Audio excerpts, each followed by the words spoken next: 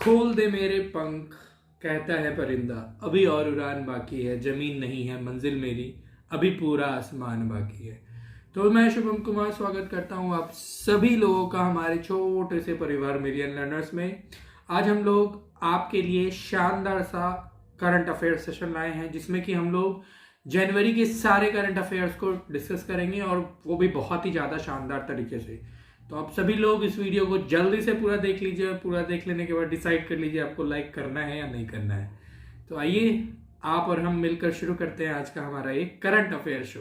तो पहला खबर है, दक्षिण ध्रुव पर अकेले पहुंचने वाली पहली अश्वेत महिला बनी है प्रीति चंडी। दोस्तों, इनका पूरा नाम है हरमनप्रीत चंडी, जो कि चंडीगढ़ से बिलोंग करती हैं और ये 32 साल की है। आगे बढ़ते हैं, अगला न्यूज है, सार्वजनिक क्षेत्र की oil and natural gas corporation ने किसको कंपनी का अंतरिम चेयरमैन और प्रबंध निदेशक नियुक्त किया है।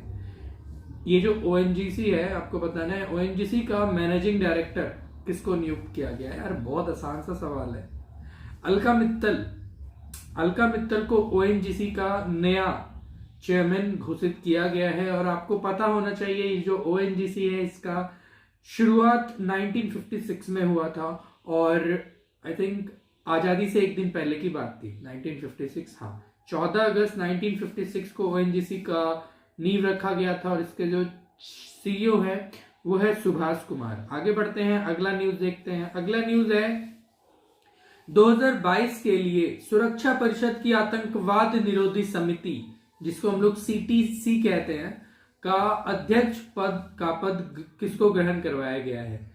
तो यार इसका जो सही जवाब है वो है टीएस त्रिमूर्ति। ठीक है।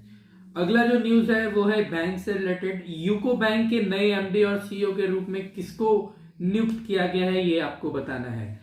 तो याद रखिएगा, शोमा शंकर प्रसाद जो है वो नई सीईओ बनी है यूको बैंक की। और यूको बैंक का उद्घाटन हम आपको बताना चाहेंगे, बहुत इंटरेस्टिंग है।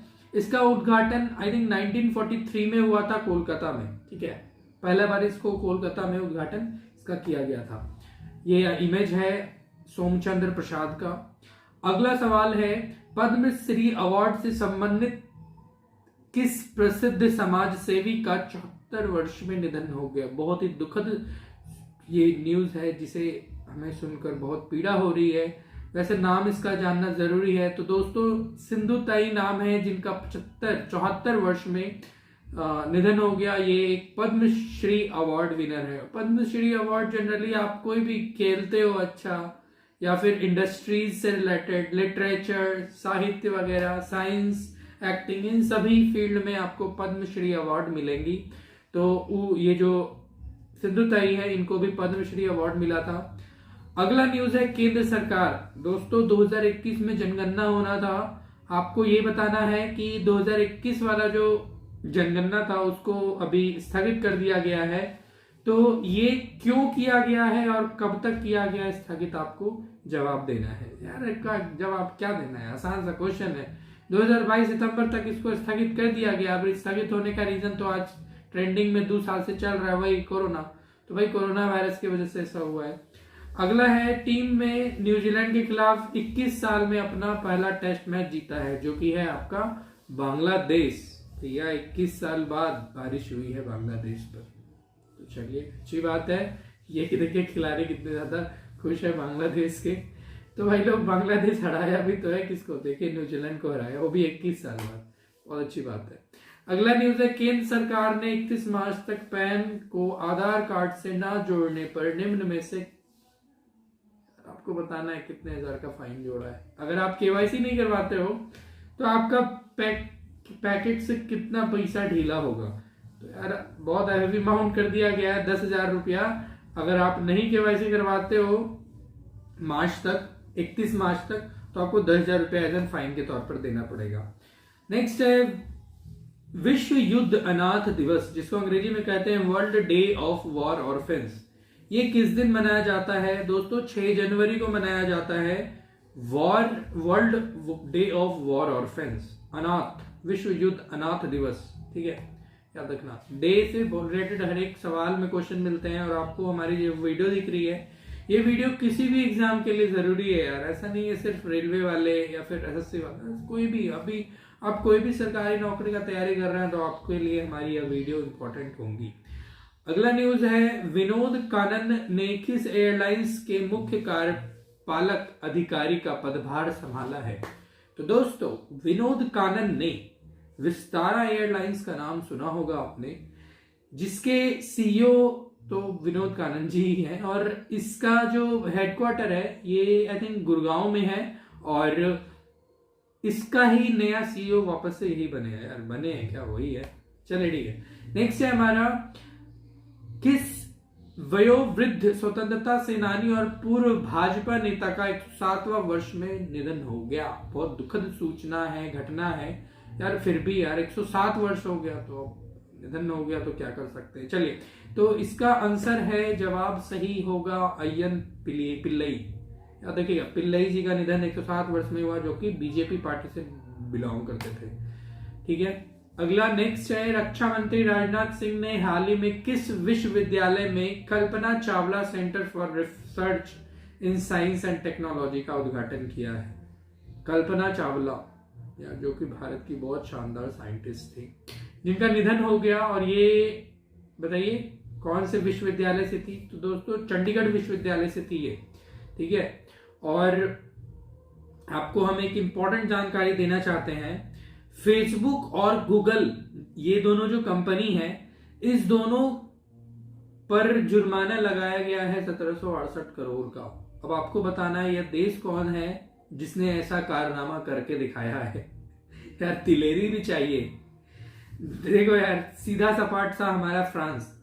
देखिए, अमेरिकन कंपनी सारे कंट्री में अपना अलग अलग छाप बनाती है। भारत में उसका अलग छाप है, चाइना में उसका अलग छाप है, फ्रांस में उसका अलग छाप है। तो अगर आप थोड़ा सा भी इधर उधर करोगे भारत को छोड़ के, सारी कंट्री आपको धपेरन मारेगी। वैसे तो अभी तो भारत का भी स्ट्रैटेजी जो बदला है सारे कंपनियों के खिलाफ। खैर चलिए ठीक है। तो अभी रिसेंट में 1768 करोड़ का ये जो जासूसी का मामला है, उस पर फाइन किया गया है गूगल और फेसबुक को, जो कि बिल्कुल सही किया गया। अगला नेक्स्ट है, आईटीबीपी के डीजी संजय अरोड़ा को किस और फोर्स का अतिरिक्त प्रभार दिया गया है? तो आपने सुना होगा एसएसबी, सशस्त्र सीमा बल। तो दोस्तों, सशस्त्र सीमा बल, जिसका एस्टैब्लिशमेंट 1963 में किया गया था, और इसका हेडक्वार्टर नई दिल्ली में है। आईजीआई एयरपोर्ट जाइएगा ना, रास्ते में मिल जाएगा। आगे बढ़ते हैं, विजय राज और वरुण शर्मा को कौन सी कंपनी का ब्रांड एम्बेसडर बनाया है? विजय राज, ये रहे आपके विजय राज, जिनका हाँ अभी तो यह है यार, दिन दौड़ी हुआ है, वो तो दूसरे थे। हाँ बिल्कुल, विजय राज और वरुण शर्मा किनका ब्रांड एम्बेसडर, कौन सी कंपनी का बनाया गया? तो याद रखिए, इज माई ट्रिप का ब्रांड एम्बेसडर इन दोनों को बनाया गया। इमेज आपके सामने दिख रहा हो, कितने हैंडसम है दोनों। हाय। चलिए, वर्ष 2021 के लिए किसे हिंदी भाषा का साहित्य अकादमी पुरस्कार प्रदान किया गया है? वैसे इंटरेस्टिंग बात हम आपको बता दें, अभी तक में टोटल साहित्य अकादमी अवार्ड दिया गया है 60 लोगों को। ठीक है, याद रखिएगा, टोटल 60 अभी तक दिया गया है। और पहले जो थे वो थे हमारे आर.के. नारायण जी, जिनको पहला अवार्ड दिया गया था, यही वाला अवार्ड, हिंदी भाषा का साहित्य अकादमी पुरस्कार आर.के. नारायण जी को मिला। आपको बताना है 2021 में किसको मिला है? तो यार हलवा है, प्रकाश सिन्हा जी को मिला है। ठीक है, आर.के. नारायण, प्रकाश शर्मा, आपको यही दोनों याद रखना है, पहला और 2021 वाला। अगला है, विश्व ब्रेल दिवस कब मनाया जाता है, किस दिन मनाया जाता है? तो दोस्तों, विश्व ब्रेल दिवस की बात हो रही है, तो बताइए ये किस दिन मनाया जाता है ब्रेल दिवस? ठीक है, तो दोस्तों 4 जनवरी को ये ब्रेल दिवस मनाया जाता है। नेक्स्ट है, शादी की कानून उम्र बढ़ाने संबंधी विधेयक की जांच समिति के 31 सदस्य पैनल में सिर्फ और सिर्फ एक महिला थी। कितनी महिला थी रे सांबा? सिर्फ और सिर्फ एक महिला थी सरदार। तो अब बताइए ये महिला कौन थी? बहुत नाइंसाफी है, ये महिला थी सुष्मिता देवी, याद रखिएगा, जो कि सिर्फ और सिर्फ एक ही महिला है। कौन सी समिति की? तो शादी की कानूनी उम्र बढ़ाने संबंधित विधेयक की जांच समिति की। अगला है, $3 ट्रिलियन मार्केट वैल्यू वाली दुनिया की पहली कंपनी कौन बनी है? $3 ट्रिलियन, भाई इतना पैसा है अपने रूम में आ जाएगा। चलिए, तो दोस्तों इसका सही जवाब होगा एप्पल। $3 ट्रिलियन कंपनी वैल्यू वाली मार्केट वाली कंपनी बन गई है एप्पल। अगला है, एलन मस्क की कंपनी स्टारलिंक इंडिया के किस प्रमुख ने अपने पद से इस्तीफा दे दिया है। तो यार संजय भार्गव जी हैं जिन्होंने स्टारलिंक से, जिसको बोलते हैं ना, ड्रामेटाइज तरीके से दिया गया इस्तीफा। और ये जो इस्तीफा दिया गया था, इस इस्तीफे से पहले हम आपको बता दें, ये जो स्टारलिंक कंपनी है इलॉन मस्क की है, और इस कंपनी का काम क्या है, इंटरनेट सर्विस प्रोवाइड करना है। और इस कंपनी को बनाया गया है इलॉन मस्क की स्पेसएक्स के द्वारा, क्योंकि जो भी सैटेलाइट नेटवर्क चलाने में यूज होता है तो वो सैटेलाइट भेजा गया था स्पेसएक्स के द्वारा, और अभी यूज किया जा रहा है स्टारलिंक के द्वारा। बहुत बड़ी कंपनी है यार, इलॉन मस्क बहुत बड़े आदमी है। ठीक है, आगे बढ़ते हैं। नेक्स्ट है, उत्तर प्रदेश सरकार ने मैनपुरी सैनिक स्कूल का नाम जनरल बिपिन रावत स्कूल के नाम पर रखने की घोषणा की है। बहुत अच्छी पहल है। और वैसे भी भाई अभी यूपी में इलेक्शन है तो बहुत कुछ किया जाएगा, खैर कोई बात नहीं। अगला है, किस देश ने 18 साल से छोटी लड़की के विवाह पर कानून बनाकर प्रतिबंध लगाने की घोषणा की है। बहुत अच्छी बात है। ऐसा तो भारत तो ऑलरेडी कर चुका है, बहुत पहले की बात है, लेकिन अभी रिसेंट में एक नई कंट्री के द्वारा ऐसा कारनामा किया गया है, और वो देश का नाम है फिलीपींस, जिसका कैपिटल मनीला है। और आपको जानकर बहुत ही ज्यादा हैरानी होगी, यहाँ पर आपको इंडियन रुपी देखने को मिलेगा। कहाँ? फिलीपींस में। ठीक है, चलिए अगला सवाल है, आरबीआई के किस पूर्व गवर्नर को एशियन इंफ्रास्ट्रक्चर इन्वेस्टमेंट बैंक, जिसको हम बोलते हैं AIIB, तो AIIB का उपाध्यक्ष नियुक्त किया गया है उर्जित पटेल जी को। ठीक है, अब यार AIIB के बारे में जान लो, ये एक चाइनीज का, मैंने कि चाइना में इसका हेडक्वार्टर है। चाइनीज तो है नहीं, लेकिन हाँ इसका हेडक्वार्टर चाइना में है। और इसका जो इस्टेब्लिशमेंट हुआ था वो 2016 में हुआ था, और 16 जनवरी को हुआ था, याद रखना 16 जनवरी 2016 को इसका उद्घाटन यानी कि इस्टेब्लिशमेंट किया गया था। अगला नेक्स्ट है, world Hindi celebrated on which of the following days. यार फॉलोइंग क्या, विश्व हिंदी दिवस मनाया जाता है 10 जनवरी को, याद रखिएगा। ठीक है, नेक्स्ट है, खेलो इंडिया 2023 की मेजबानी कौन सा राज्य करेगा? तो MP जो है ना हमारा प्यारा सा छोटू सा मध्य प्रदेश, यही मेजबानी करेगा। और अभी से आई थिंक 2020 में इसका लास्ट खेलो इंडिया वाला गेम को ऑर्गेनाइज किया गया था। वापस से 2023 में 2023 में ऑर्गेनाइज किया जा रहा है, जो कि मध्य प्रदेश इसको होस्ट करने वाला है। ठीक है, और पहली बार ये खेलो इंडिया गेम 2018 में शुरू हुआ था, और 2018 से अभी तक 2 बार हो चुका है, तीसरा बार 2023 में होना है, क्योंकि यार कोरोना आ गया ना, कोरोना सब कुछ बर्बाद कर दिया भाई, हमारा क्लास भी बर्बाद कर दिया, हमें ऑफिस चेंज करना पड़ रहा है। आगे नेक्स्ट है, प्रवासी भारतीय दिवस निम्न में से किस दिन मनाया जाता है? यार प्रवासी भारतीय दिवस का इंपॉर्टेंस पता है किस लिए मनाया जाता है? देखिए, जितने भी NRI मतलब क्या, जो विदेश में रहते हैं ना, विदेशी लोग को भारत के लोगों से इंटरेक्ट करवाया जाए। कहने का मतलब विदेशी लोगों को अपने ग्रास रूट से, माने कि अपनी मिट्टी का क्या बोल मोह दिखाया जाए, उसी को इसीलिए मनाया जाता है ये प्रवासी भारतीय दिवस। और दोस्तों याद रखिएगा, ये 9 जनवरी को मनाया जाता है। ठीक है, प्रवासी भारतीय दिवस।